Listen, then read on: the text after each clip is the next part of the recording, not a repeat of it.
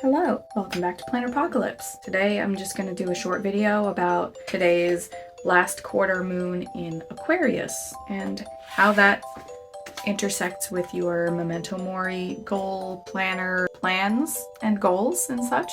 So if you have the planner, you will have this goal setting with the moon phases sheet that came with the planner. And here's last quarter moon here. We did just have the full moon eclipse in Scorpio.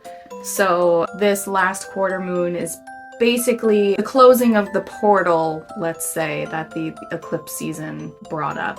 So because this is the ending of the lunation cycle. You know, a lot of people might consider eclipse season having ended with the full moon eclipse, but the last quarter moon is going to be rounding out our whole lunation cycle. So what does that mean for a goal setting? So as you see, there's 8 phases of the moon here, and last quarter is here, and then the balsamic moon is next. We have a dark moon, which I went into, I think, in a different video, but that's not an astronomical thing. It's more of like a spiritual thing. So things that you do on the balsamic moon, you can also do in the dark moon. Things like banishing or purging, spiritual purging, I guess, getting rid of all like the crap that's in here. So the last quarter moon, if we are thinking in terms of setting goals and stuff, it's a time to let go of things that no longer serve you, such as negative thoughts and habits, old goals that no longer align with your vision. So this is a really good time to start doing your reviews. How are your projects going? How are your actual goals going? Are they things that you want to continue with? Do they need tweaking? What's working? What is not working? Do some introspection and reflect on how things are going and use the lessons learned to refine your strategy and prepare for the next new moon. And the next new moon is going to be a new moon in Taurus on May 19th. So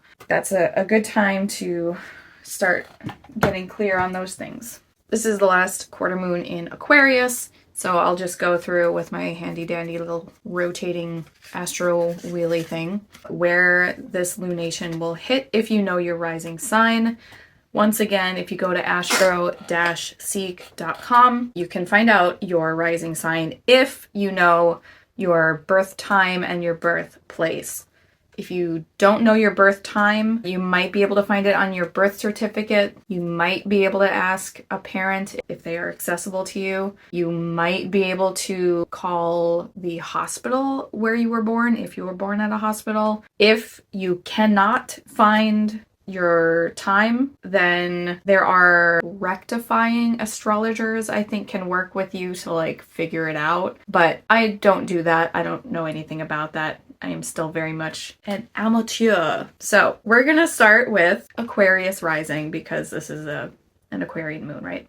So for an Aquarius Rising, this is going to be in your first house of self, life force, vitality, and appearance. And I actually took the time to write down what the houses mean inside the little wheel so I don't have to look up at the wall again. So that's nice. I think I'm going to make a bigger one of these that has everything typed up so it's nice and legible. If you are a Capricorn rising, like myself, your Aquarius is going to be in your second house. And that is your house of like material wealth. So like money, money, money, money. Resources, self-worth, what you value. So this is a really good time to be reviewing your goals because if your goals no longer align with your values, you might want to think about tweaking them or canning them or whatever. So I'm pleased. If you are a Sagittarius rising, then Aquarius is going to be in your third house of communication, siblings, extended family, and daily rituals. So maybe review how well your everyday routines, not regarding work though, because that's a 6th house thing. We'll get to that. But if your rising sign is Scorpio, your Aquarius will be in your 4th house of hearth and home, family, parents, ancestors, roots, and foundations, including emotional foundations. Because we learn our emotional strategies from being raised by other humans, our caregivers. So maybe review some things that might not be working for you, emotional coping mechanisms, because stuff that we developed in order to survive as children, they worked. That's why we did them, right? But they might not be effective now as adults. And so it might be time to reassess and let go of those things so that we can be our whole and best selves. If you are a Libra rising, your Aquarius will be in the 5th house of creative energy, self-expression, romance, flirtation, children, hobbies, fun, and I would also say the inner child. Once again, just see how you handle fun in your life. Are you getting enough? Are you playing enough? Because adults need to play as well. If you are Virgo rising, then your Aquarius is going to be in the 6th house of daily work, health, and routines, service to others, and your little animal companions. What is a daily ritual versus daily routine though?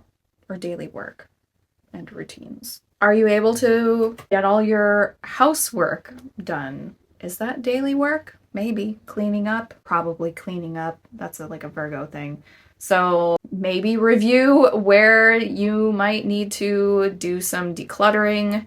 Ooh, yeah, that's a really good one. Decluttering for if you're a Virgo rising, because I need to do some decluttering. I am not a Virgo rising, but if you are a Leo rising, your Aquarius is going to be in the 7th house of committed partnerships, alliances, one-to-one relationships, including business partnerships, and enemies, actually. So anyone that you have a very strong tie to emotionally, or unemotionally, I guess. Anyone you have a strong tie to, including enemies. So what needs to be let go of or released within your relationships? Are you pulling your own weight in relationships? Are the people that you are in relationship with pulling their weight? If you're a Cancer rising, then your Aquarius is going to be in the 8th house of death, mental health, sex, transformation, joint finances, and other people's resources. So basically, the 8th house is full of things that are taboo and things that are deep within us. So what kind of things can you look at within yourself and release and let go and use that transformational energy to create something positive in your life?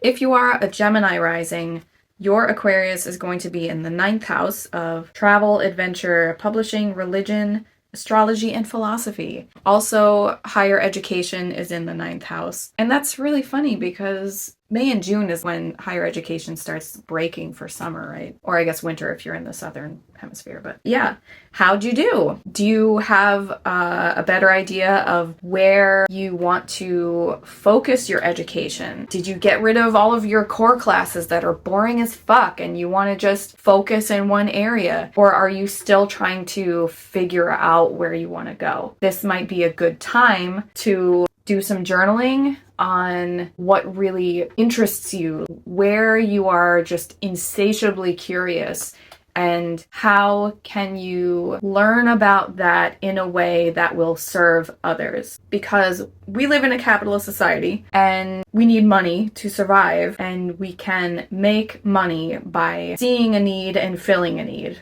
I think that was that from like the Lorax or something. I don't even see a need, fill a need. That was from Robots. Another movie about taking down big corporations. Anyway, Jesus. I don't know why I got on that tangent, but maybe someone out there needed to hear that. I don't know. If you are a Taurus rising, then your Aquarius, there it is in your 10th house of career and public roles, and also your goals. So how are your goals in general going? How's your career going? Do you want to stay there? Do you want to pivot? Changing your mind is okay. So just be safe and discuss things with the people in your life who this may affect, and have at it. And then if you're an Aries rising, then your Aquarius is going to be in the 11th house of community, friends, wishes, and good fortune. So are there things that you might be doing for your community that maybe you've taken on too much? Or maybe converse to that, is there a role that maybe you want to take on in the community to help out? If you are a Pisces rising, then your Aquarius is going to be in the 12th house of fear, sorrows, loss, inner self, self-transcendence, and meditation. Also kind of like spirituality. Different from religion. The 9th house religion is more of like a structural thing, or an organized religion if you want to say it that way. But 12th house is more like the spirit and stuff like that. If we think about, so the 1st house and the 12th house are right smack next to each other. The 1st house is very much about our conscious awareness. So the 12th house is very much our unconscious. So what kind of unconscious patterns are you finding that might be popping up that maybe you can journal on, meditate on, to figure out where they're coming from and what needs to be tended to or looked at in your life? In the Memento Mori Goal Planner, as far as life domain themes and such, Aquarius is well-developed ideas, thinking outside the box, insight.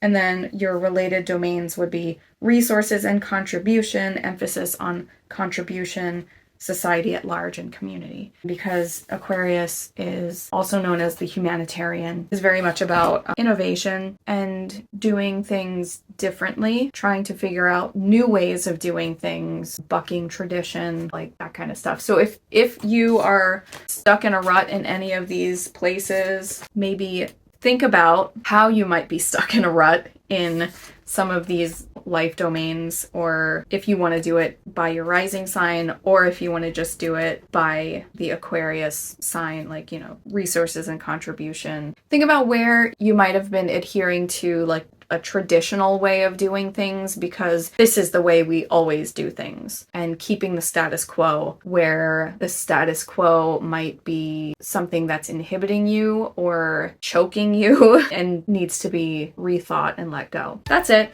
I kind of like making the videos. I don't know.